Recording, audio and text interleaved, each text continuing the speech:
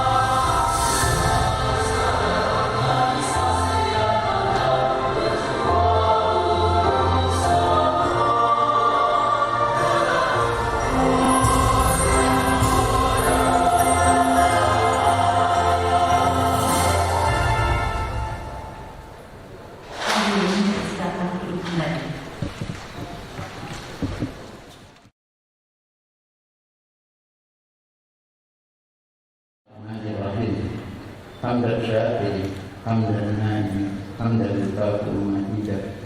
Ya Rabbana lakal hamdu kama yanbaghi li jalali wajhikal karim wa min sultan.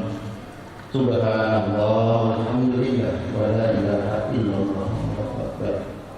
Allahumma shalli wa sallim ala Muhammad wa ala ali Muhammad. Ya Allah, ya Allah, segala puji dan syukur kami sampaikan kepadamu atas segala rahmat, nikmat dan kesehatan yang telah Engkau berikan kepada kami, sehingga pada hari ini kami dapat berkumpul kembali dalam acara Rapat Kerja Nasional ke-12 Arsadah tahun 2021. Untuk itu ya Allah, jadikanlah acara ini acara yang Engkau ridhoi.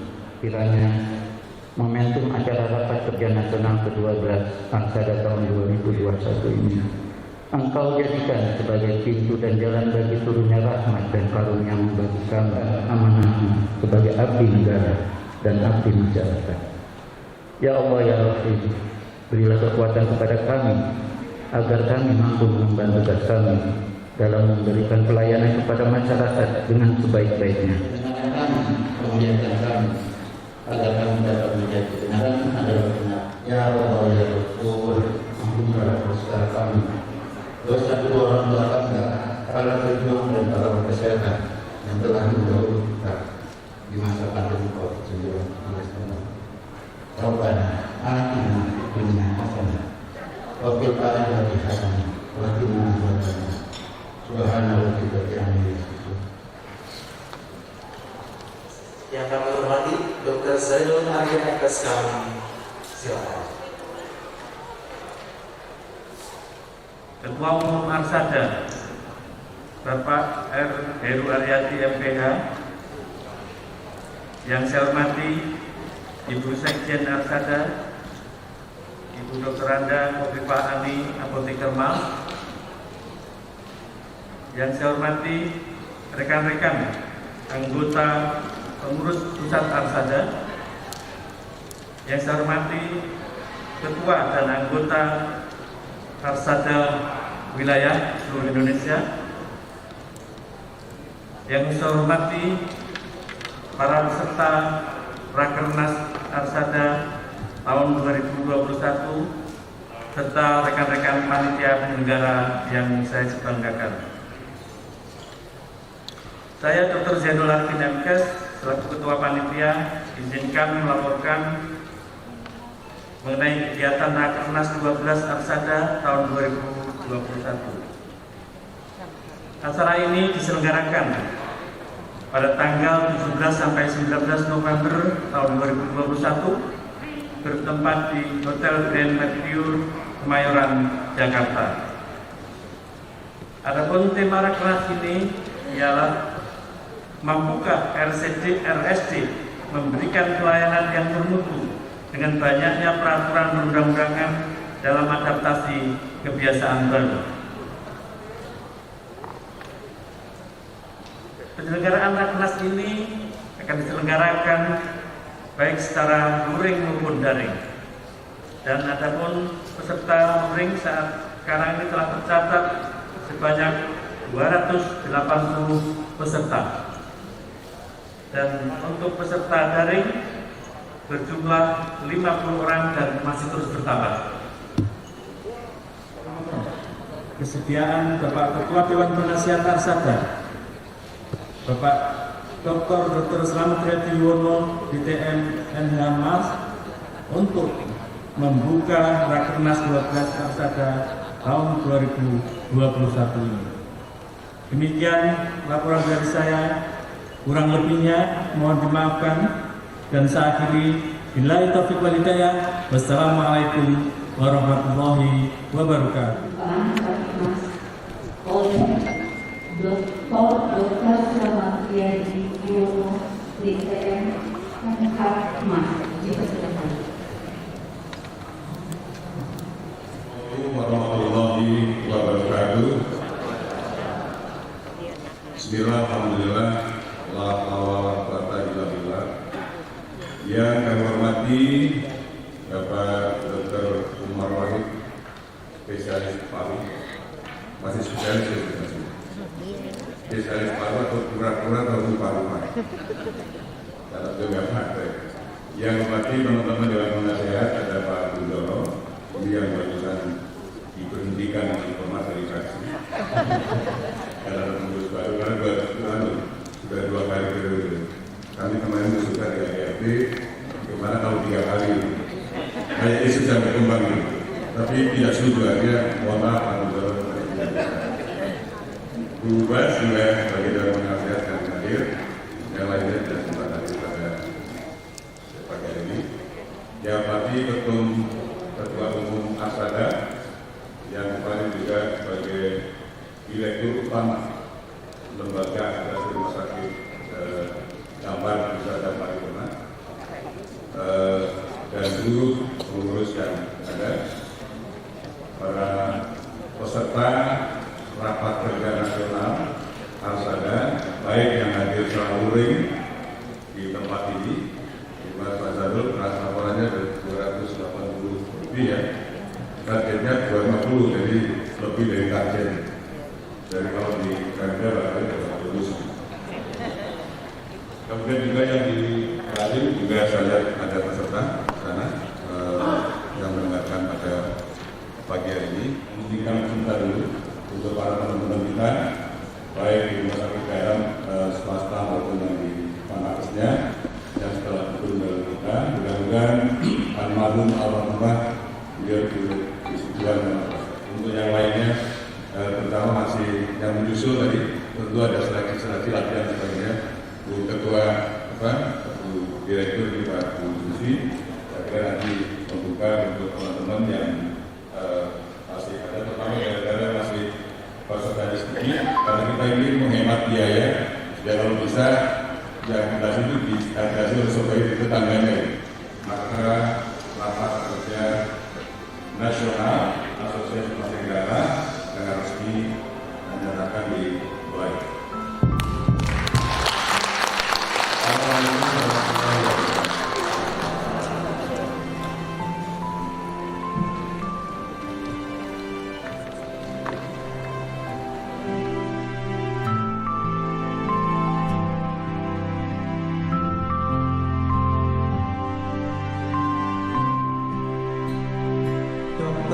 Umar Wahid, spesialis paru. Beliau dilahirkan di Jombang 1945, menyelesaikan Fakultas Kedokteran UI untuk dokter umumnya dan melanjutkan studi spesialis paru di Fakultas Kedokteran Universitas Indonesia.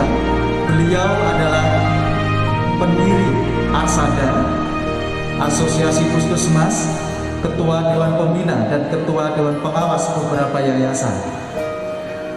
Ibu dan Bapak yang kami hormati, mari kita beri sambutan yang hangat untuk Dr. Umar Wahid, spesialis paru.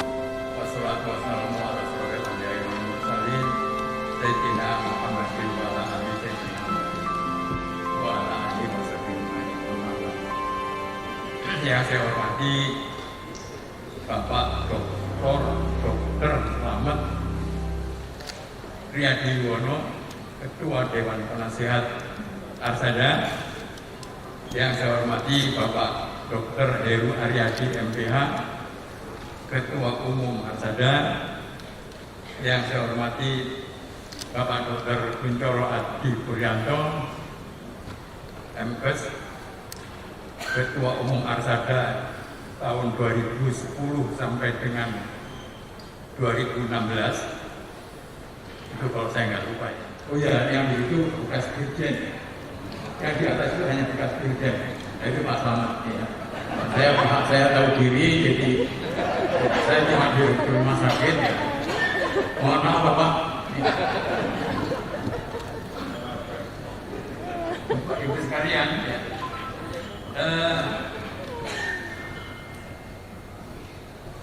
Saya bingung kalau ditanya jabatan saya di Arsada itu apa. Pak Heru bilang kalau pendiri itu nggak bisa diganti Pak, ya sudah Pak, itu manut gitu ya. Saya akan cerita sebetulnya secara ringkas tentang Al-Taqa di dalam banyaknya peraturan perundangan menghadapi era baru ini. Perundangan ya, itu adalah Al-Taqa.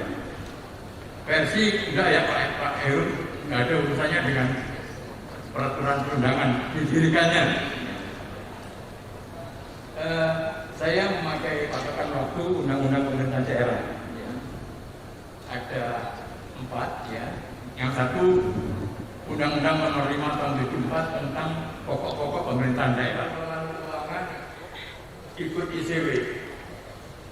Ini undang-undang yang diterbitkan oleh pemerintah Belanda. Kemudian RSD itu dikenal dengan sebutan 5K. Kotor, kasar, kumuh, pokoknya jelek-jelek itu nempel dengan rumah sakit daerah. Rumah sakit daerah tidak hadir, jadi laki-laki tidak diatur. Nah, karena menghadapi terbitnya peraturan terbitnya undang-undang ini yang akan dilakukan mulai 1 Januari 2001, maka nggak perempuan gitu ya, kan bingung kita. Maka pada bulan Maret 2001 keluarlah keputusan Presiden nomor 40, di mana di situ dikatakan bentuk kelembagaan rumah sakit daerah adalah lembaga teknis daerah atau BUMD. Nah, kemudian keluarlah Undang-Undang 32 tahun 2004 tentang pemerintahan daerah. Di situ disebut rumah sakit daerah adalah lembaga teknis daerah. Jadi memang ini negara ini terbalik-balik gitu ya.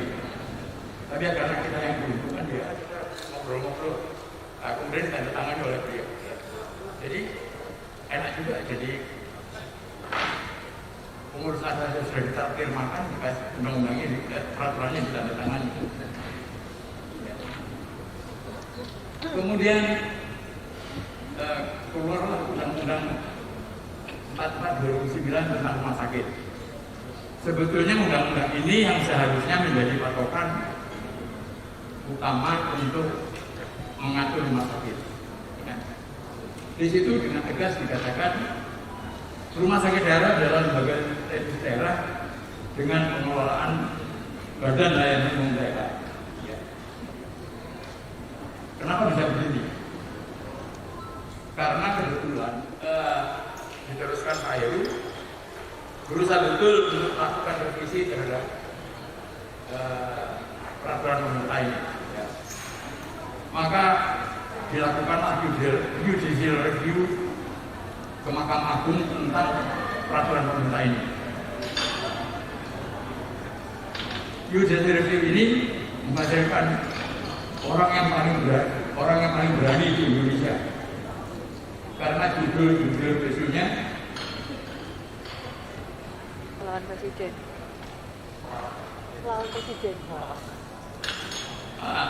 Yang tadi itu belum salah Pak Nan tadi ketua panitia gitu. Beliau ini satu-satunya anggota asal yang berani melawan presiden. Ya, jadi judulnya gitu ya Mas ya. Ya. Sayangnya kalah ya. Sama presiden kalah ya belum lah ya. Kalau presiden menang saya khawatir dia mesti ganti jadi presiden. Judicial review kita keluar masuk setiap kementerian terkait ya, untuk melakukan revisi terhadap peraturan pemerintah ini. Saya ingat betul pada pertama ini leadernya adalah Kementerian Dalam Negeri dengan gagahnya yang itu dapat mengatakan bahwa tidak ada jalan untuk merubah PP ini, tidak bisa dirubah sama sekali. Saya hanya mengatakan buat saya yang tidak bisa dirubah itu cuma Quran. Undang-undang aja bisa kita rubah, apalagi cuma PP. Akhirnya setelah 3 tahun keluarlah PP 72/2009 tentang perubahan atas PP 18 nomor 2016. di mana dikatakan RSI adalah OBK, ya. Bukan BPK, ya. Kalau BPK itu silakan pengaturannya. Karena kalau kita mau berubah lembaganya, maka kita mesti melakukan revisi terhadap Undang-Undang 32 2014. Jadi barangkali tugas Kasada selanjutnya adalah memperjuangkan revisi terhadap Undang-Undang 32 2014. Terlihat betul bahwa memang rumah sakit daerah ini sangat dipengaruhi oleh peraturan perundangan, wabil khusus Undang-Undang Pemerintah Daerah dan turunannya. Karena itulah saya berharap betul bahwa pengurus pusat, pengurus wilayah dan semua direktur rumah sakit paling tidak memahami tentang Undang-Undang Pemerintahan Daerah dan Undang-Undang Rumah Sakit dan turunannya. Oleh karena dengan itulah kita bisa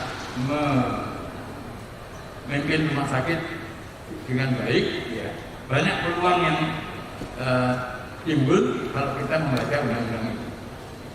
Mungkin ini saja yang bisa saya sampaikan dalam kesempatan yang berbahagia ini. Kurang lebihnya saya mohon maaf. Terima kasih. Wassalamualaikum warahmatullahi wabarakatuh.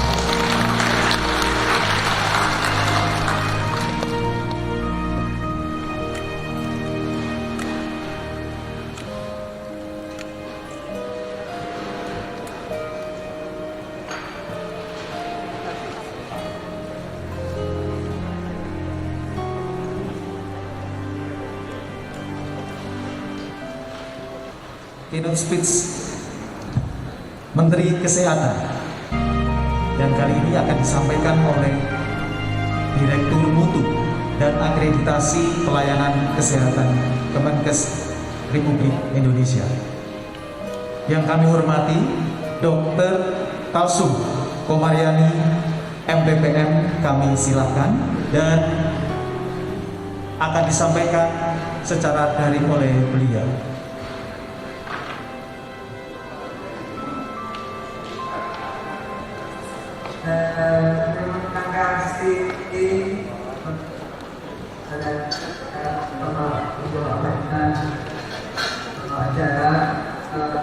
Bismillahirrahmanirrahim warahmatullahi wabarakatuh. Selamat pagi dan salam sejahtera untuk kita semua. Mohon izin Bapak Ibu, tentunya yang terhormat para dewan pembina, dewan pengawas, serta pimpinan rumah sakit daerah, serta anggota ya dari daerah. Mohon izin saya menyampaikan sambutan Menteri Kesehatan pada rapat kerja nasional Asosiasi Rumah Sakit Daerah, kemauan dan kemampuan hidup sehat dari setiap orang agar terwujud derajat kesehatan masyarakat yang setinggi-tingginya sebagai investasi bagi pembangunan sumber daya manusia yang produktif secara sosial, ekonomi, dan budaya. Saya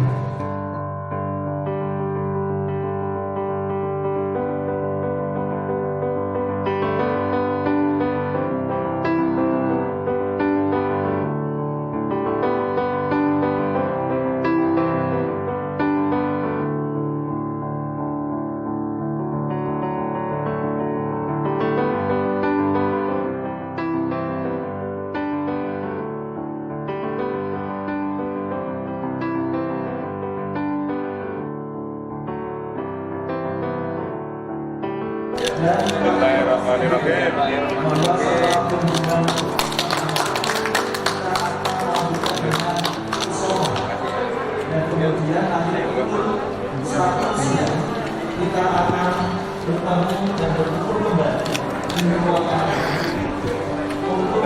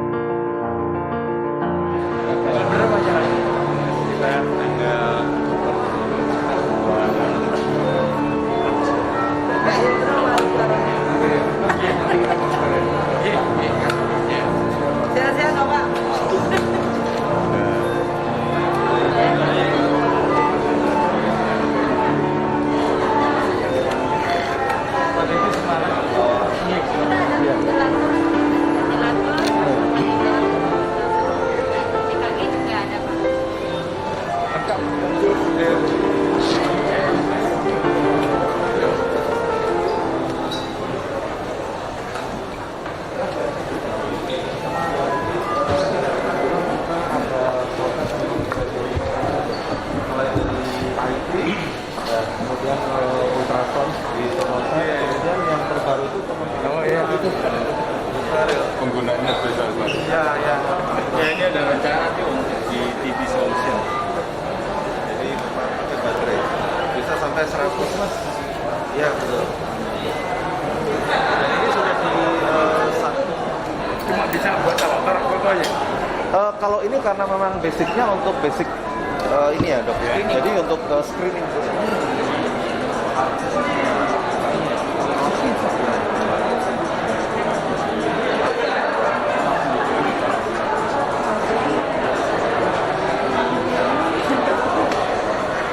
Di pakatan nanti cuma ini aja.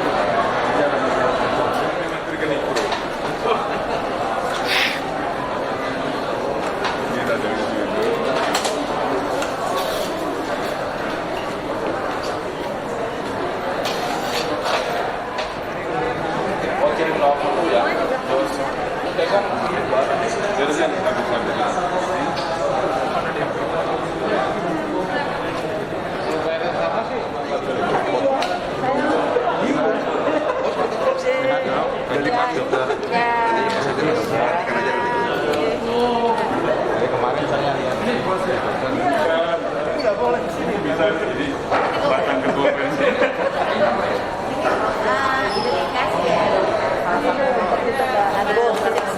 Saya rasa Pak Slamet masih dikasih ini biar nggak hilang ya.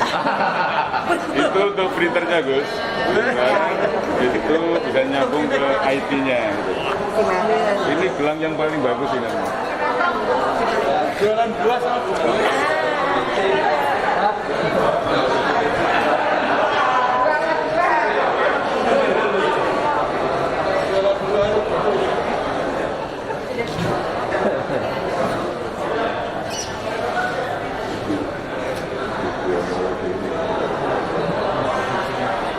Subuhan kita kemarin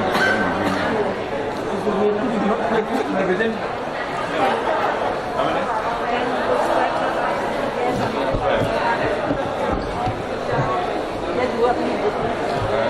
Ini sebelah. ini melayani share di sini. Tapi kalau diambil dia udah langsung bisa. Bisa langsung ke diabetes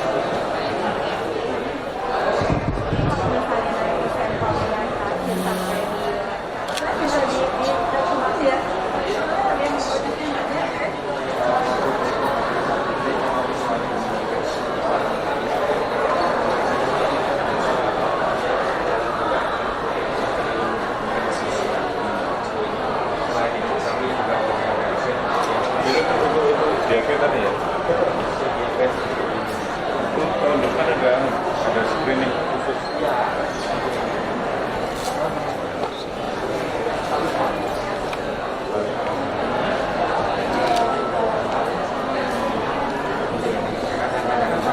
Kalau kita mau negatif tapi mau ngecek tiba-tiba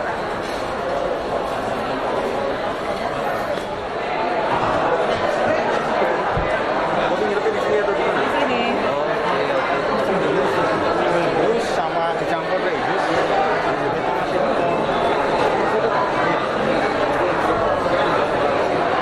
dan stoknya ada di dalamnya belasan dong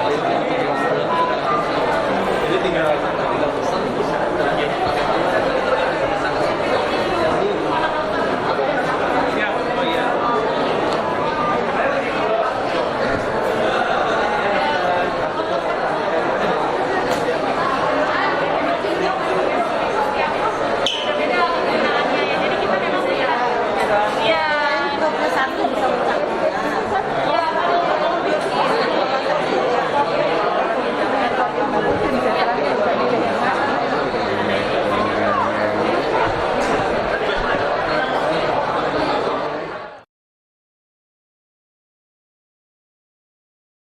ya ya Bali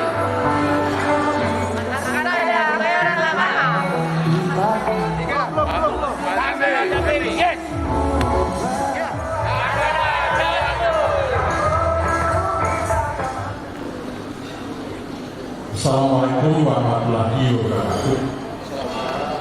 Selamat siang, salam sejahtera buat kita semua, salam damai kita semua, shalom, om swastiastu, namo buddhaya, salam kebajikan. Siang hari ini di seminar kedua hari ini, seminar pertama ya, dari Rakernas yang sangat membanggakan ini, saya memandu untuk jadi moderator dalam sesi yang sangat kritis. Habis makan siang, suasana adem, reyeh-reyeh, biasanya ada bir-bir. Tapi mudah-mudahan karena materi yang akan hadir pada sesi ini cukup strategis dan pembicara yang sangat kompeten, yaitu ada dua pembicara. Pertama adalah Pak Dr. Sumaryono, spesialis penyakit dalam, KR, dan AIDS. Beliau sangat bergerak di Tito, cuma beliau tidak bisa hadir pada siang hari ini, akan disampaikan dari Zoom.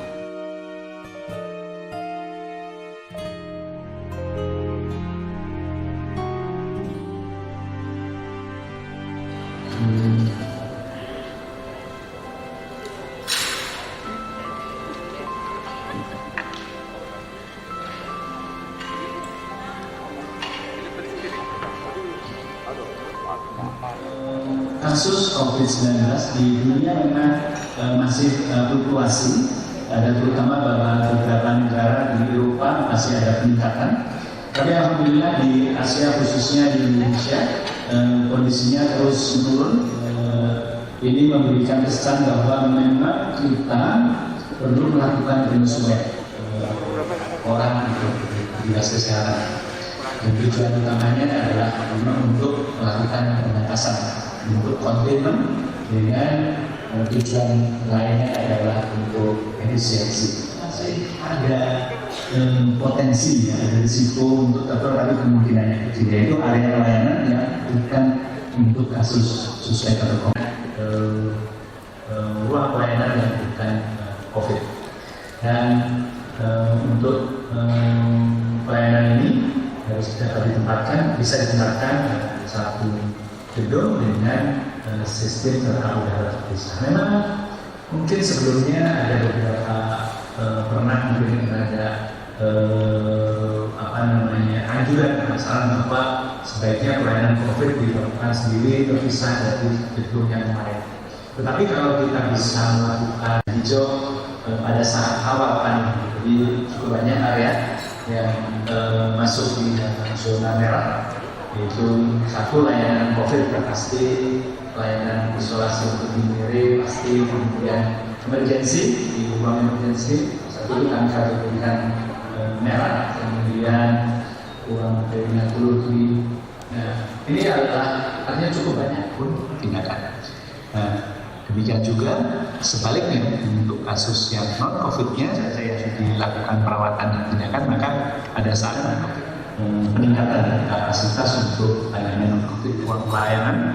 Dan hal ini untuk pelayanan yang tadinya satu gedung itu untuk COVID silahkan tingkatkan kapasitas untuk pelayanan. Dan yang demikian penggunaan APD juga disesuaikan sesuai dengan ini contoh-contoh dari kami, tapi dan ruang intensifnya untuk 11 tempat tidur. Dan yang lainnya kita lakukan untuk pelayanan non-COVID dengan catatan tadi durasi yang baik,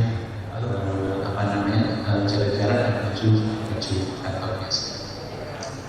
Nah, mengenai ini ada beberapa catatan tentunya penggunaan dari APD ini, bahwa COVID-19 itu memang beda dengan durasi, tapi untuk beberapa tindakan tertentu saja. Nah, terkait dengan penggunaan APD dan benar sebelum kita masuk ke daerah pasien, jadi masalah ini harus APD-nya ini dengan tepat selama mereka yang akan menggunakan APD mendapatkan termasuk atau menggunakan ruang lagi. Ya, ini sudah selesai Pak. Nah, prinsipnya tadi APD harus setiap zona dan berbeda sama. Untuk beberapa karakteristik dari kasusnya, misalnya di Batam harus tambah ada pakai t-shirt, kemudian penggunaan APD dari masing-masing zona, itu ada pasien untuk COVID, baik itu suspek, pasien probable dan juga pasien. Ya, saya kira yang bisa saya sampaikan sebagai kesimpulannya bahwa dengan tren penurunan COVID-19 dan transisi memang sangat penting untuk tata udara, lalu pelayanan screening yang sedang penggunaan APD sosialisasi untuk menghindari atau mencegah risiko penularan infeksi COVID-19 di saya kira itu Pak Banjar yang bisa saya sampaikan. Terima kasih. Assalamualaikum warahmatullahi wabarakatuh. Apa yang disampaikan Dr. Sumaryono menggambarkan bagaimana situasi saya di rumah sakit yang seperti apa. Kalau misalnya itu 4 L, dulu lagi rumah sakit ketemu ya, jadi apa yang diceritakan Pak Sinamran dari awal perencanaan sampai akhir nanti. Barangkali itu tadi sudah disampaikan Pak Sumaryono bahwa ada tata udara, hal-hal yang perlu diperhatikan ketika bagaimana kita mengendalikan infeksi di rumah sakit dan menetapkan zonasi. Jadi kembali pada situasi tempat, kalau masih sempit bagaimana, mudah-mudahan solusinya nanti Pak Hutomo Hartono akan bisa berlaku. Dia tidak pernah mau untuk bergabung di sini. Ya Pak. Aku panggil Adi Hartono, beliau bisa jadi Adi Tomo Hartono Yahoo. Jakarta Januari 29 Januari 69 sangat masih muda sekali. Insinyur dari Gajah Mada Umroh. Tangan dong dulu.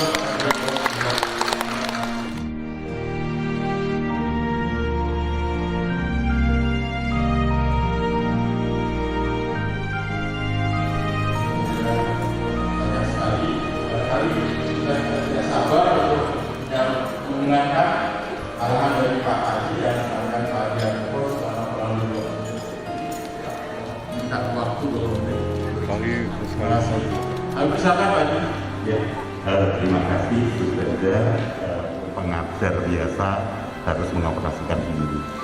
Saya akan menceritakan tentang 4 hal karena menurut saya yang antisipatif terhadap pandemi itu satu bagian dari 4 bagian yang lain, yaitu yang pertama antisipatif terhadap perkembangan mendatang. Karena mohon maaf, saya sering melihat di berbagai RSUD di berbagai daerah seringkali perencanaannya kurang matang sehingga terus lahan yang tersisa di situ terus bangun gitu. Itu satu hal. Kedua adalah antisipatif terhadap kondisi rumah sakit Bapak dan Ibu sekarang. Desain dan konstruksi sebaiknya kita melakukan master planning. Ini sebetulnya adalah kantor dari tempat sehingga kalau kita bisa bagi pengembangan mendatang itu sudah dulu, itu dari itu gantian seperti ini kita bisa mencapai di atas gitu misalnya. Dan untuk menuju ke physical master plan, apakah misalnya ada center of excellence yang berkaitan dengan penyakit dalam tertentu gitu, apakah ada center of excellence yang berkaitan dengan ibu anak misalnya, plannya harus gimana, sebetulnya tinggal kita ikuti saja. Di master plan kita akan membicarakan hal-hal ini. Saya mungkin agak cepat karena materi ini nanti bisa di-share ke Bapak dan Ibu sekalian. Ada 120 slide soalnya dalam 20 menit ini.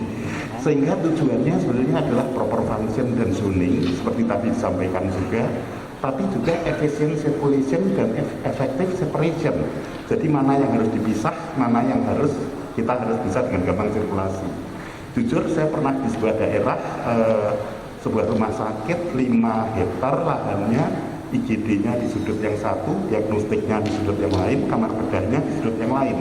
Tentu saja kita harus mendekatkan hal-hal itu supaya rumah sakit bisa lebih baik dalam melayani masyarakat yang ada di sana. sehingga zoning yang sesuai apa yang harus dekat satu dengan yang lain harus kita siapkan. Selain zoning, bagaimana kalau supaya outpatientnya mulai seperti mall gitu, kemudian rawat inapnya kayak hotel, kemudian area service efektif dan efisien. Sementara OK, ICU kita siapkan, ini sudah mulai dibangun sebagian di Bandung gitu. Kita bisa melihat di sisi yang bawah itu adalah khusus untuk aksesnya IGD, yang atas itu untuk poliklinik dan rawat inap. Lalu kemudian ada jalan lagi yang di paling bawah. Nah itu yang untuk karena rumah sakit pendidikan untuk mahasiswa dan dosen dan para dokter yang ada di sana. Sehingga misalnya polikliniknya zonanya di situ, maka tentu saja kita bisa menaruh rawat inap di sana dan medik sentral di sini, sehingga diagnostiknya pasti harus dekat dengan IGD dan dekat dengan sementara servicenya sudah jelas. Kasus yang kedua juga begitu. Jadi di sini mungkin seolah-olah wah jangan bangun yang kanan karena udah penuh. Kalau yang kosong kan tengah itu, tapi nggak bisa. Karena sebetulnya kita harus berpikir juga tentang konservasi alam, konservasi lingkungan dan sebagainya. Sehingga nomor satu kita harus mendekatkan apa yang harus lebih dekat. Karena di kondisi yang awal IGD ada di bawah itu paling bawah karena lalu kemudian unit renal yang lain ada di sudut sini. Nah sehingga itu kalau bisa kita dekatkan mulai dari ini sehingga ada satu gedung yang untuk medik sentral, IGD, radiologi, ICU, kemudian OT dan sebagainya dalam satu building, kemudian dikaitkan juga sekaligus dengan parkir dan poliklinik serta rawat inap dan seterusnya sampai kepada area pendidikan dan seterusnya. Baru ada untuk IGD dan diagnostik, sebelah kanannya adalah untuk rawat jalan, lalu di atasnya dipakai untuk VK dan Perina, atasnya lagi untuk OK dan ICU. Nah kemudian kita bisa berkembang dari situ menuju ke tahap kedua, tahap ketiga dengan area medik sentralnya tetap nyambung, lalu kemudian dengan area yang untuk outpatient dan inpatient menghadap kepada ruang garden yang ada di tengah. Ini sebuah rumah sakit umum pusat juga begitu, hampir sama. Bagaimana? Kedua adalah antisipatif terhadap tuntutan kenyamanan Bapak dan Ibu. Ada banyak hal. Mungkin kalau single patient room belum tentu bisa diperoleh, tapi air quality, adanya bukaan yang baik, adanya akses ke landscape yang baik, wayfinding yang baik. Selalu rumah sakit kita wayfindingnya nggak bagus biasanya. Untuk nyari area diagnostiknya, untuk nyari area ininya susah. Terus kemudian akses to landscape itu sangat diperlukan juga. Dokter, terima kasih di dokter, gitu dan seterusnya. Dan kalau 1, 2, 3 orang udah nempelin, orang-orang lain akan nempelin juga. Dan efeknya apa? Para dokter, para pegawai kita nanti akan merasakan bahwa bukan cuma bekerja untuk uang, tapi bekerja untuk kemanusiaan, untuk sesuatu yang orang akan senang. Ini contoh yang lain lagi, rumah sakit. Tapi kita usahakan supaya orang tua tetap ada di situ. Lalu anak bisa senang dengan ada gambar, ada apa, dan sebagainya. Seperti itu. Tentu saja kalau kondisi ideal bisa seperti ini. Kalau rumah sakitnya udah tua, gimana? Tetap bisa, tetap melakukan facelift. Facelift itu bisa dilakukan di eksterior seperti tadi, atau facelift di interior, sehingga bagian dalamnya bisa lebih seger. Gitu. Nah, ini satu contoh yang mungkin bisa saya tunjukkan bahwa BPJS pun bisa kita beri garden, sehingga dia malah justru nggak perlu AC, tapi tetap nyaman dan dapat garden seperti ini, sehingga kita juga nggak membuat orang menjadi semakin menderita, semakin gak nyaman. BPJS kayak gitu, kalau yang lainnya kayak apa ya, memang ada ininya lagi gitu ya, seperti ini. Atau kondisi rumah sakit yang sementara seperti itu. Ini kemudian disulap menjadi seperti ini. Bapak Ibu mungkin bisa perhatikan meja dan kursinya bukan meja dan kursi yang mahal. Jadi di situ memang kita siapkan untuk Kartu Indonesia Sehat supaya dia bisa lebih gampang untuk dioperasikan dengan biaya yang tidak terlalu mahal. Berikutnya antisipatif terhadap lingkungan model para investor, para dokter yang mau mendirikan rumah sakit untuk mulai kembali ke alam. Jadi bukan lagi pakai ruang ber-AC, tapi mungkin kliniknya, ruang tunggunya ada ke garden. Kliniknya sendiri memang ber-AC, tapi ini menghadap ke garden. Sehingga konsep kami waktu itu adalah semua klinik ada ke garden, semua rawat inap masuk ke garden. Semua pakai udara alami, tentu saja kamar operasi. Lebih dari 60% kita pakai untuk garden. Dengan seperti itu rumah sakitnya bisa lebih nyaman, kemudian kita punya view yang bagus.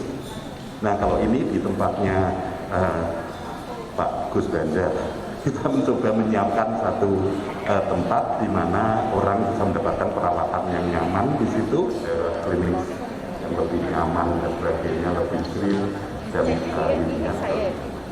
Kalau ini rawat inapnya, padahal Singapura Bapak Ibu mungkin tahu suhunya sama juga dengan Batam, dengan Riau kayak gitu, karena lintangnya hampir sama. Kita lihat yang gambar kanan bawah itu angin yang lewat di situ. Ada bidang yang di atas itu sebetulnya untuk memantulkan cahaya matahari. Jadi matahari dari luar tertapis, tapi bisa dipantulkan ke dalam, sehingga kemudian dalam menjadi terang tanpa harus pakai lampu.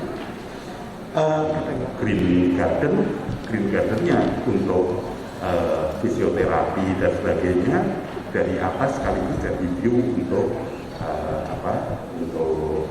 inpatient, untuk kamar rawat inap. Ini kami sedang menyiapkan sesuatu tapi masih rahasia dulu. Oke, berikutnya adalah antisipatif. Ini kita konsep tapi dilakukan beberapa kontrol yang baik melalui engineering, melalui administratif atau melalui personal measure. Nah, berikutnya juga sama seperti tadi yang disampaikan Pak Direktur dari RSPM, itu juga tentang airflow, building ventilation dan sebagainya, itu profesor. Terakhir, kalau ini saya rasa karena sudah banyak literaturnya, mungkin kami tidak berpanjang, ruang isolasi ada macam-macam. Dan di sini mungkin kami hanya sampaikan ada beberapa tipe gitu. Tapi mungkin yang terpenting adalah yang paling akhir saja, bahwa kita mungkin perlu mulai sekarang. Satu, perlu datang as if Bapak Ibu adalah pasien. Misalnya saya direktur rumah sakit, saya kadang-kadang perlu datang. Misalnya saya ibu yang hamil, apakah saya cukup nyaman di sini? Saya masuk ke klinik saya, gampang enggak? Saya harus ke kamar mandi, gampang enggak? Dan seterusnya. Misalnya saya orang tua, bagaimana? Terus adaptif terhadap lingkungan, Bapak Ibu, seberapa banyak ruang terbuka hijau buat Bapak Ibu? Kalau sudah habis lahannya kecil, gimana Pak? Kita masih bisa bikin vertical garden. Jadi masih banyak hal yang bisa dilakukan. Terakhir tentang pandemi. Terima kasih. Wassalamualaikum warahmatullahi wabarakatuh. Terima kasih Adik. Mohon berkenan di atas diskusi.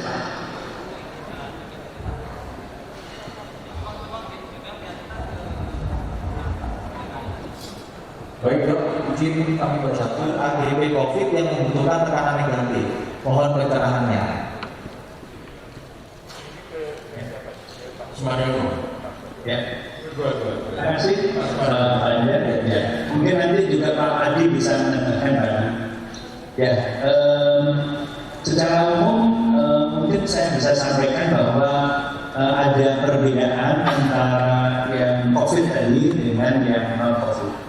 Nah, COVID sebenarnya tujuan utama di dalam kenapa harus tekanan negatif adalah dalam rangka mengkonsentrasi agar pasien itu tidak mengkontaminasi atau tidak menyebar keluar atau menularkan pada orang lain, sehingga dia perlu dikonten dengan di satu ruang tertentu yang tidak keluar, sehingga anjurannya memang tekanan negatif. Ya.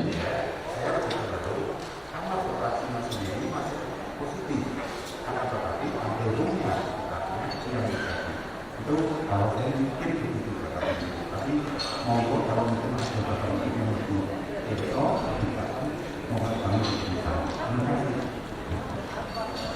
Perwakilan dari teman-teman yang ikut melalui Zoom, dan barangkali nanti akan catat pertanyaannya akan disampaikan ke pembicara. Untuk floor, sampai saat ini saya 2 kali gagal dalam perencanaan untuk operasi, ya. Ini dapat, tapi berita semua ada bahwa untuk ROP ini perlu ada DED dan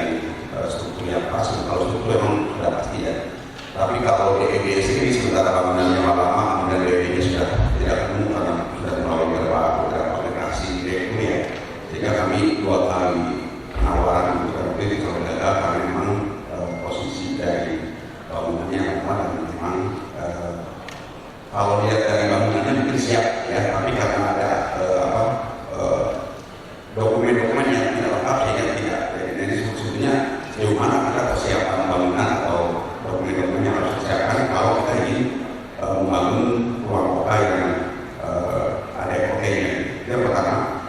Yang kedua untuk tadi ya kalau saya tertarik dengan tayangan mengenai rumah sakit yang hijau ya, Green Hospital.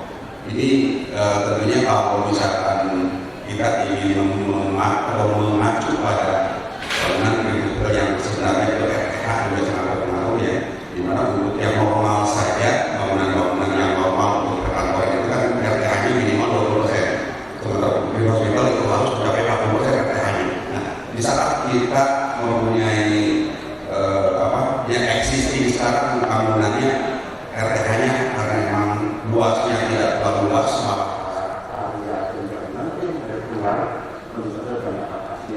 tapi membuat itu mikroklimatnya, mikro di situ jadi tidak benarnya. Ketimbang kalau misalnya kita dapetin di situ beton. Terima kasih. Satu pertanyaan lagi mungkin belum saya laksanakan karena waktunya sudah melewati 20 menit. Yang dapat kita tangkap dari dua pembicara ini, satu desain dan satu pemanfaatan zonasi terkait dengan pencegahan infeksi. Jadi pengendalian dan pencegahan infeksi. Ini penting sekali ketika kita merencanakan sebuah bangunan. Mungkin Pak Hadi kami sampaikan hampir 90% barangkali di sini direktur sudah mendapatkan rumah sakitnya ya sudah kayak mono gitu, seperti itu. Jadi kadang ada yang bagus, ada misalnya ada hasil puingnya masih ada tersimpan, bangunannya tertata, dan ada yang dia tumbuh saling silang pengetahuan ada juga seperti itu. Tapi bagaimana menanggulangi ini kan gitu. Jadi akhirnya ada. Jadi salah satu saat ini pembicara kita Pak Hadi Utomo, beliau akan bisa memberikan saran. Kemudian pemanfaatan zonasi dan kaitan dengan waktu leader di sakit masing-masing. Terima kasih. Tepuk tangan untuk dua pembicara yang hari ini. Saya selaku moderator lebih mohon maaf apabila ada hal yang kurang berkenan di hadapan Bapak. Terima kasih. Wassalamualaikum warahmatullahi wabarakatuh. Selamat siang, salam sejahtera, kami semua salam, Om Santi, Om Namo Buddhaya, selamat kebajikan.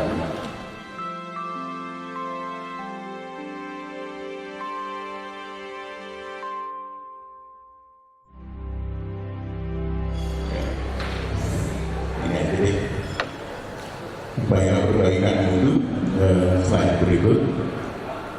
Jadi saya lebih ke arah pragmatis berkaitan dengan punya konsep moneter. Yuk, secara sederhana pelayanan adalah rangkaian pengalaman yang dirasakan pasien sejak dari rumah, kemudian saat di rumah sakit dan pulang ke rumah. Terus sekalian, kalau kita mendudukkan diri kita sebagai pasien, maka kita akan merasa bahwa ke rumah sakit itu sebuah rangkaian panjang, dari mulai dari rumah, di rumah sakit, dan kemudian pulang ke rumah. Ya. Rumah sakit tersebut. Pertama saya masuk karena saya bawa mobil atau naik motor, maka saya parkir.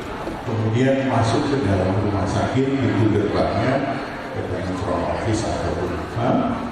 Kemudian daftar, kemudian saya verifikasi BPJS atau bayar. Kalau saya bayar langsung, kemudian yang berikutnya saya dapat medical report atau dicarikan medical reportnya, kemudian diperiksa sama perawat, disuruh ke ruang tunggu, diperiksa sama perawat, tensi dan sebagainya. Kemudian dokternya order lab, saya pindah ke laboratorium, kemudian saya diperiksa ronsen misalnya, patuhan, sehingga services yang diterima oleh pasien adalah kepuasan. Itu membutuhkan kompetensi khusus. Listening. Jadi si pemimpinnya harus kuat di dalam mendengarkan sebetulnya apa, kemudian baru minta didengarkan. Saya sekarang melakukan itu mendengarkan, oh gini, kemudian baru kita minta mendengarkan. Karena kalau kita bisa mendengarkan dengan baik, sebagian besar persoalan sebetulnya sudah selesai dengan semua yang diungkap tersebut. Masalahnya cuma waktu. Dengerin orang ngomong tidak gampang, apalagi kita mendengarkan dengan efektif. Selanjutnya, perbaikan mutu. Kalau lihat tadi dari rangkaian tadi yang dilakukan oleh individu, oleh kelompok, antar lintas kelompok, lintas bidang, dan satu organisasi. Terus sekalian, maka kalau kita mau menggerakkan sistemnya adalah mengajarkan kalau semua dilepas, persoalan naik ke atas semua. Atau kita selesaikan, atau kita taruh di bawah meja. Mau diselesaikan naik semua, berat solusinya adalah kita memberi kemampuan kepada kelompok, individu, dan lain sebagainya untuk menyelesaikan persoalan. Sepertinya dibilang itu. Perbaikan mutu oleh individu. Saya kasih bener-bener. Pertanyaannya pada dua. Terus sekalian ngebangun individu mulai dari kelompok. Iya kan? Kelompok diajarin untuk yang sering kita dengar. Pembangunan itu di bahasa saya gugus mutu, quality circle, atau quality improvement kalau buat teman-teman dokter yang mau memperbaiki di dalam kelompok mekanismenya kita bikin bagus, namanya quality thank you check action. Terus perbaikan mutu lintas kelompok, saya ambil ini di pasien rawat jalan, tapi ada bagian farmasi, kelompok dokter, radiologi, laboratorium, kemudian kelompok perawat.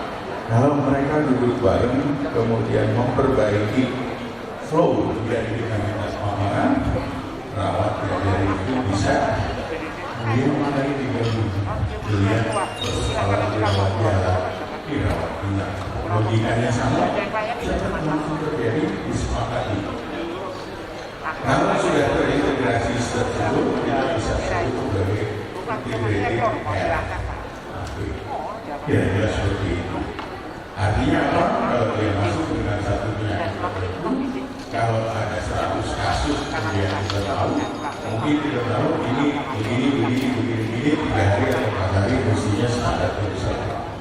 Ini kalau integrated quality improvement berbagai bagian diduduki bareng dengan pola pikir yang sama. Selanjutnya metode tadi saya sudah sampaikan adalah friendly technician. Skill individu akan terasah di dalam proses kelompok. Jangan mulai dari individu, dari proses kelompok. Untuk bisa mengasah itu kita butuh fasilitator. Selanjutnya, konsumen rumah sakit, ada pemerintah, pasien, keluarga. Ini tadi saya fokusnya pada pasien, karena kalau kita ngedesain pelayanan berdasarkan pasien, insya Allah lebih pas. Kemudian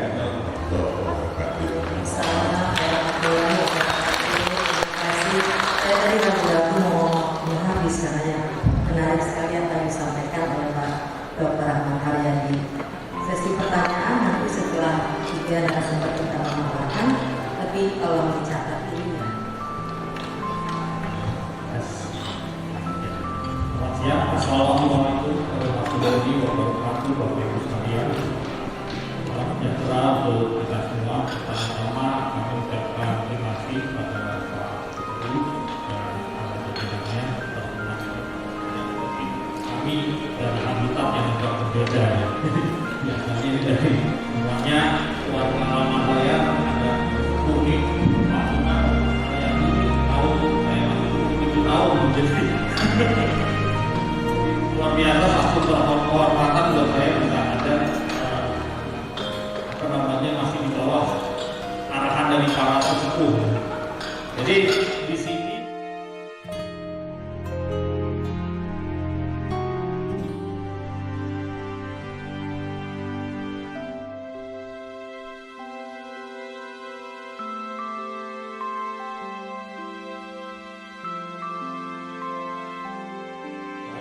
saya akan ceritakan.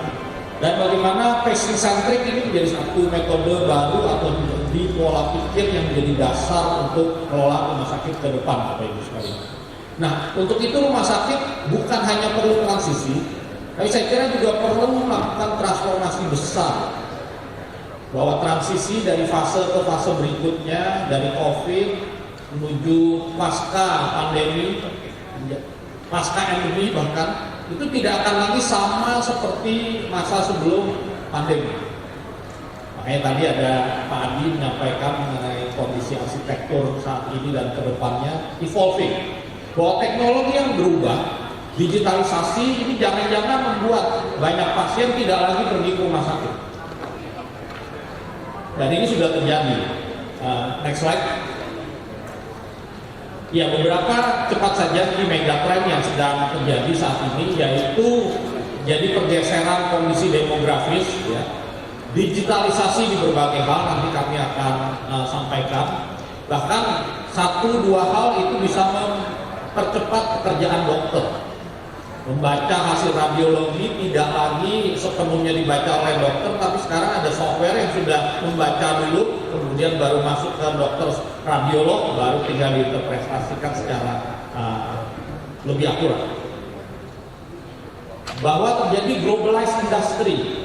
Kalau Bapak Ibu lihat, rumah sakit tidak lagi hanya yang physical base, yang bentuknya rumah sakit seperti kita semua, tapi juga banyak online apps atau startup yang sifatnya pelayanan untuk healthcare services. Dan tanpa sadar, dokter on demand ini menggerus pasar dari rumah sakit kalau kita tidak melihatnya sebagai satu potensi kolaborasi. Orang tidak perlu ke dokter rumah sakit, mereka cukup pakai apps dan itu disediakan dokter berobat dan sebagainya, walaupun dengan berbagai keterbatasan. Inflasi itu satu penduduk akan dikasih dana 1 juta rupiah, maka dalam 1 tahun silakan dikelola dana 1 miliar ini karena 1000 kali 1 juta. Pasiennya sakit, berobat dan berobat, itu buat rumah sakit daerah, misalkan begitu sistem kesehatan yang terjadi di dunia seperti itu. Sehingga paradigmanya adalah kalau bisa bagaimana mencegah orang pasien datang ke rumah sakit kalau dengan paradigma itu. Dan ini sudah terjadi di berbagai negara sistem value based care. Oke, next. Biasa sektor lain turun, ini kesehatan malah naik 21% dalam 1 tahun. Di Indonesia selama 3 tahun belakang berdasarkan data yang kami cermati, peningkatan itu sekitar 9,7%, padahal inflasi umum adalah sekitar 3-4%. Sehingga terjadi peningkatan inflasi kesehatan 3 kali lipat dibanding inflasi umum. Pertanyaannya, apakah kita setiap tahun naik tarif? Kalau kita tidak naik tarif setiap tahun sebesar 9%, artinya pasti ada penggerusan biaya, yaitu biayanya lebih besar 9%. Pendapatannya nggak naik, ya ini jelas saja semakin lama rumah sakit akan semakin sulit untuk bisa berkembang tanpa ada perubahan atau disruption atau perubahan proses. Ya saya tahu persis di RSUD untuk naikkan tarif ya bukan hal yang mudah, nggak seperti kami di swasta dan ya, panjang betul prosesnya, apalagi ini terkait dengan BPJS yang mungkin juga tiap tahun reimbursement sistemnya nggak naik.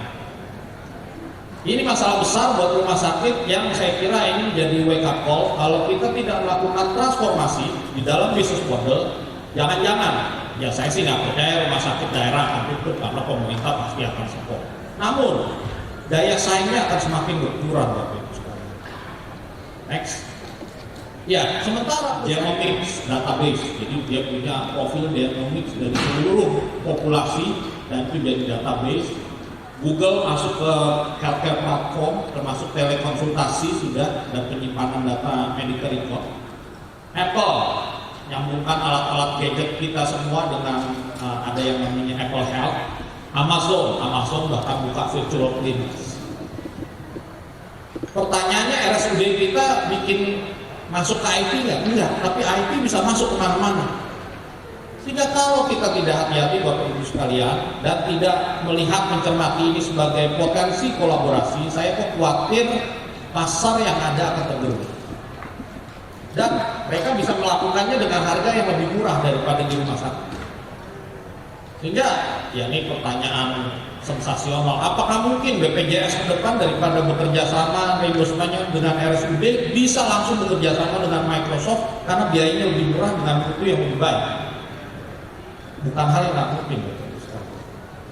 Nah, ini yang saya kira jadi kunci bagaimana kita melakukan transformasi. Next. Sebelum pandemi itu berobat ke luar negeri setiap tahunnya, ini data yang dari Kementerian Kesehatan. Angka yang bukan main-main dengan jumlah sekitar 11,5 miliar US dollar per tahun. Dan angka ini perginya kemana toh? Perginya ke beberapa negara besar, dan itu adalah capital flight yang besar yang kebanyakan dari kita termasuk RSUD nggak pernah lihat pasar ini. Ya sudah, ini given, biarkan saja orang kaya pergi ke luar negeri. Misi besar dari rumah sakit kita adalah bagaimana melayani seluruh lapisan masyarakat, termasuk lapisan yang ini harusnya bisa dilayani di RSUD. Itu misinya, bukan masalah profitabilitas. Ataukah kita hanya melayani yang memang segmen-segmen yang sudah nggak punya pilihan lain berubah? Nah, ini pertanyaan otokritik yang saya kira penting untuk kita cermati juga di dalam transformasi. Next. Ya, terjadi creative distractions Bapak Ibu sekalian bahwa model proses pelayanan di rumah sakit saat ini akan berbeda dibanding ke depannya. Yang pertama, less human. Masih rumah sakit ini lembaga padat karya. Diharapkan dengan adanya teknologi itu bisa kita mengurangi involvement dari orang. Akhir, pakai komputernya ada di meja dokter. Anda nggak bisa menyuruh dokter spesialisnya ngetik sendiri. Akhirnya apa? Anda hire lagi tenaga Honda orang daerah buat ketikin. Jadi teknologinya padat, karyawan juga tambah banyak. Akhirnya beban biaya tambah besar. Padahal biaya menjadi satu faktor kunci untuk rumah sakit daerah. Nah, ini trennya. Yang kedua, robot lebih banyak, komputer, dan layanan banyak yang less hospital based. Tidak lagi berbasis hanya di rumah sakit, bisa di rumah, bisa dimanapun dengan digitalisasi. Apakah rumah sakit kita siap untuk ke arah sana? Di tempat kami, terus terang di National Hospital sekitar 35% pasiennya itu menggunakan telekonsultasi, dan banyak pasien-pasien itu sedang berobat di rumah sakit lain, mondok, mereka telekonsultasi di tempat kita. Rumah sakit menjadi borderless, bukan hanya di rumah. Oke, next. Sehingga tujuan reformasi atau tujuan transformasi dari sistem kesehatan ada 4 Bapak Ibu yang saya kira perlu dicermati. Yang pertama adalah meningkatkan kepuasan pasien, artinya keselamatan pasien. Tadi Pak Haryadi menyampaikan dengan baik sekali berbagai aspek mengenai hal ini. Namun jangan lupa ada beberapa hal lain yang perlu kita lihat.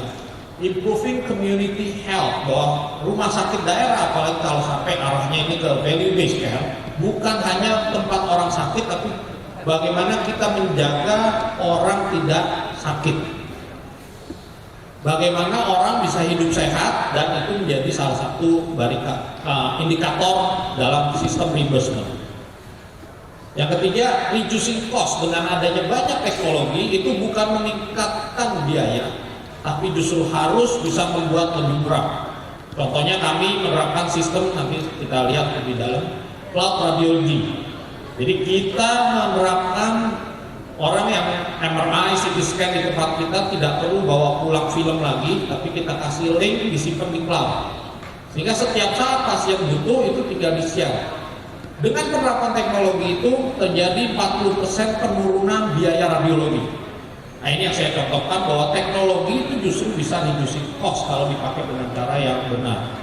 Dan improving clinician experience. Cepat sekali bagaimana berkolaborasi. Kalau satu rumah sakit sudah punya keunggulan di tempat tertentu, bagaimana itu kolaborasi. Nggak perlu kita reinvent the wheel. Kalau Anda udah lihat ada yang punya sistem IT baik, kenapa sih mesti Anda hire belasan programmer sebagai karyawan kontrak di rumah sakit? Anda kembangkan sistem IT-nya 7 tahun nggak selesai. Begitu selesai, programmernya pindah, kemudian dibawa juga software-nya. Nah, ini hal-hal penting yang saya kira perlu dilihat, kolaborasi, selain juga go beyond cure, bukan hanya orang sakit tapi medical tourism. Ini inisiatif baru yang saya kira juga penting ya, untuk dilihat, melihat data yang ada. Jadi sangat sulit. Apalagi atasan dari rumah sakit daerah adalah ya ada di dalam UPT ya, dulu kita bicara UPT-nya Dinas Kesehatan. Ya kantor. Contohnya, jam buka pelayanan jam 8 sampai 10, habis itu udah tutup. Ada pernah saya di Papua begitu. Oke, ini patient centric care menjadi satu kunci. Kalau transformasi tidak menuju ke sana, saya khawatir rumah sakit kita tidak bisa memberikan layanan yang cukup paripurna, Bapak Ibu. Next, sulit. Padahal praktisnya berbeda. Kalau bisa dipersulit, kenapa harus dipermudah? Ini yang saya kira paradigma yang harus berubah. Bahwa direktur bukan lagi paling atas, tapi justru pasien itu yang utama. Direktur itu pembantu umum yang membantu supaya pemimpinnya para pelayan. Saya kira kuncinya begitu. Nah, biaya yang murah dan semakin bermutu. Dengan teknologi saya kira bisa dicapai biaya yang lebih murah dan pelayanan lebih bermutu. Next, beberapa kondisi ya patient centric ini yang paling sulit adalah perubahan culture. Berubah budaya bahwa pasien ini menjadi kunci dan nafas di dalam pelayanan rumah sakit. Bukan pimpinan daerah, karena pimpinan daerah sebetulnya seyogyanya bekerja untuk melayani pasien. Jadi bosnya siapa? Bosnya harusnya pasien. Kita percaya apa yang kita lakukan selama baik buat pasien, maka harusnya itu baik buat semuanya. Ini nilai yang kita terapkan berdasarkan baik beberapa poin lain nanti bisa dilihat. Saya nggak punya waktu bahasnya. Next, oke. Hybrid service online dan offline, kolaborasi ini sangat penting antara physical rumah sakit dengan yang online. Ya, di sini kalau direksinya sudah, tapi kepala daerahnya mungkin belum melihat sana atau DPRD-nya. Ini sense of crisis ini penting. Kebingungan mulai dari mana? Ya seperti benang kusut dan wait and see. Kebanyakan ya tunggu dulu. Ini kan rumah sakit swasta bukan daerah, sehingga kita lihat dulu rumah sakit daerah yang melakukan. Next, ya ini kata-katanya Einstein, bukan saya ya. Kegilaan itu adalah kalau kita lakukan hal yang sama terus, tapi mengharapkan hasil yang berbeda. Kalau dunianya berubah, kita masih lakukan hal yang sama, ya menurut Einstein itu gila, bukan menurut saya. Sehingga dibutuhkan transformasi. Slide terakhir. Ya ini saya hobi pakai foto ini. Foto ini adalah museum rumah sakit di Surabaya, karena saya dari Surabaya. Museum rumah sakit ini dulunya adalah rumah sakit kelamin. Karena pasarnya habis, pasarnya tidak ya berubah dengan zaman ya. Ini dirubah jadi museum rumah sakit milik pemerintah. Saya berharap ini tidak jadi museum rumah sakit daerah. Terima kasih. Terima kasih buat Dr. Hans Wijaya, luar biasa sekali.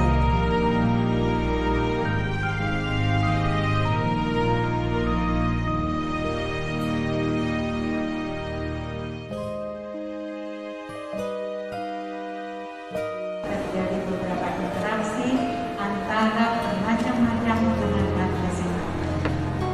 Tidak hanya itu saja, tetapi di rumah sakit juga menjadi sarana pendidikan dan pelatihan bagi sumber daya manusia kesehatan, serta di rumah sakit juga terjadi pelatihan pengembangan penapisan teknologi di bidang kesehatan. Dan yang paling penting adalah bahwa rumah sakit melakukan pelayanan kesehatan baik itu promotif, preventif, kuratif, dan rehabilitatif. Dari uraian tersebut, maka di dalam rumah sakit diperlukan tata organisasi atau tata kelola rumah sakit yang baik dan tata kelola klinis yang baik, sehingga antara organisasi dan pelayanan kesehatan dapat berjalan dengan baik. Ya, dengan menerapkan beberapa standar yang sudah ditetapkan, meningkatkan mutu pelayanan ya dan menjadi seorang pasien, maka ada yang namanya akreditasi rumah sakit. Ya, tidak hanya undang-undang, tetapi Permenkes juga ya, dan sampai yang terakhir Permenkes nomor 12 tahun 2020 ya sudah dilakukan bahwa setiap rumah sakit harus melakukan akreditasi. Nah, yang berbeda dengan Permenkes sebelumnya, bahwa untuk akreditasi mulai tahun Undang-Undang tahun 2009 sampai tahun Permenkes tahun 2007 bahwa dilakukan paling sedikit 3 tahun, Tetapi di Permenkes nomor 12 tahun 2020 pasal 3 dikatakan bahwa akreditasi dilakukan secara berkala setiap 4 tahun. Itu yang berikutnya. Dan bagi rumah sakit yang baru dibangun, maka bisa setelah beroperasi 2 tahun untuk melakukan akreditasi atau pihak ketiga. Ya, dan juga yang jadi kenyataan, apakah rumah sakit yang terakreditasi sudah menentu? Ya. Kira-kira jawabannya ya atau tidak? Atau setengah-setengah? Ya. Kira-kira apa ya? Ya. Padahal sebetulnya ada 16 standar yang harus dilakukan, yang harus dilakukan. Nah, inilah yang menjadi masalah. Kadang-kadang kenapa sih rumah sakit itu sudah teratasi, tetapi kok untuk pelayanan belum bagus ya? Itu jadi pertanyaan. Ya. Kemudian fakta. Nah, ini yang lagi tren sekarang ya. Jadi fakta lembaga penyelenggaraan akreditasi. Jadi ini saya tinjau dari 7 kan, ya. Jadi kalau yang mana mungkin sertifikasi kompetensi oleh para asesornya, para supernya dilakukan oleh lembaga akreditasi. Tapi dari pelatihan maka untuk yang lain-lainnya tersertifikasi oleh Kementerian Kesehatan. Ya. Kemudian dari pembiayaan apa namanya? Kalau apalagi masalah antara itu dari sasis. Kemudian survei. Ini yang kadang-kadang kalau aplikasi juga memasukkan survei ya. Benar nggak? Mesti proses dulu. Udah dapat nama surveyor kan? Betul nggak? Ya. Mesti terbentuk survei siapa? Diperbaiki. Ya. Kemudian terutama kita di rumah sakit ketahanan, ya tahunya surveinya ini loh yang jadi patokan, ya harus menurut ini yang bersangkutan. Itu yang jadi masalah. Dan yang satu adalah teknologi. Mungkin sehingga berlomba-lomba untuk memasukkan ke dalam sistem. Malamnya nggak tidur, lembur. Akhirnya besok nggak masuk rumah sakit. Hingga pelayanan kalau sudah bicara akreditasi, kalau rumah sakit itu nggak boleh diberikan. Rumah sakit itu kalau sudah akreditasi berikannya dengan akreditasi semuanya. Tapi mungkin ada saudara-saudara rumah sakit daerah yang belum tahu, siapa tahu ya belum buka. Saat ini beberapa hari yang lalu sudah ditetapkan lembaga independen penyelenggara akreditasi. Jadi kalau selama ini kita cuma kenal ada satu komisi. Hari yang lalu sudah ada tambahan 5 lembaga akreditasi, lembaga independen penyelenggara akreditasi. Salah satunya itu adalah Lars Kaman Pusada Paripurna. Pertanyaan buat saya bersama nih, pakai tentunya diskusi dan semuanya. Dari sebelah kiri dan dari sebelah kanan, sebelah kiri sudah ada tunjuk tangan. Sebelah kanan kalau tidak salah itu 1.800 rupiah kalau dari regulasinya. Dan itu bagaimana dari rumah sakit dokter dalam mengantisipasi mengenai kami dari kami terjamin, kemudian kerahasiaan dari kami dari pasien ini bisa terjaga dari pihak luar. Itu yang pertama mengenai rekam elektronik. Yang kedua mengenai memberatkan. Seluruh rumah sakit yang ada biasanya merasa keberatan. Ini bagaimana kiat dari rumah sakit dokter untuk menjaga agar implementasi dari akreditasi ini benar-benar terjaga. Bukan hanya saat akreditasi saja, tetapi itu adalah menjadi habit dari kebiasaan sehari-hari. Karena ini akan dari seluruh rumah sakit yang hadir mungkin juga mempunyai permasalahan yang sama. Begitu. Salam warahmatullahi wabarakatuh. Silakan langsung dijawab untuk jabatan.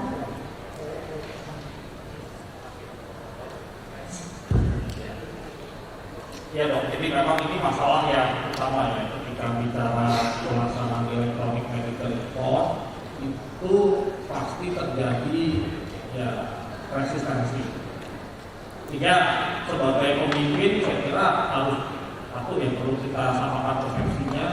Proyek ini bukan proyeknya bagian paramedik, bukan proyeknya bagian IT, tapi ini adalah proyek rumah sakit. Sehingga pimpinan utama rumah sakit itu harus yang berdiri paling depan untuk melakukan transformasi.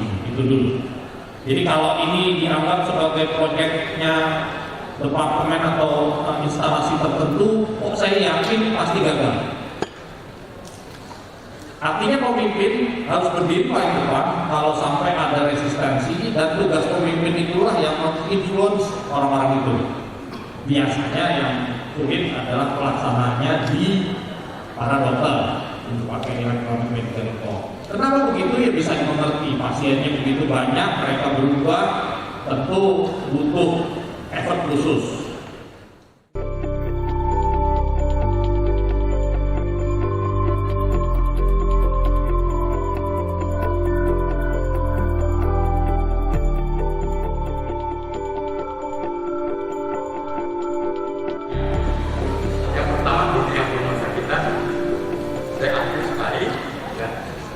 Dan yang kedua, dunia pesantren. Saya tidak aktif, ya, tidak terlalu aktif. Ya. Saya melihat bahwa rumah sakit sangat tergantung pada direkturnya. Pesantren pun sangat tergantung pada kiai. Banyak contoh rumah sakit yang menonjol, kemudian terjadi pergantian direktur, rumah sakit ini tidak bisa mempertahankan martabat. Demikian juga banyak pesantren yang bagus yang menonjol, begitu kiainya wafat, kalau kiai nggak ada yang memberhentikan, kalau direktur banyak yang memberhentikan. Biasanya kalau kiainya wafat, kemudian penggantinya tidak punya karisma, tidak punya pengaruh, tidak punya kemampuan sebagaimana kiai yang wafat ini, maka dengan cepat pesantren akan turun.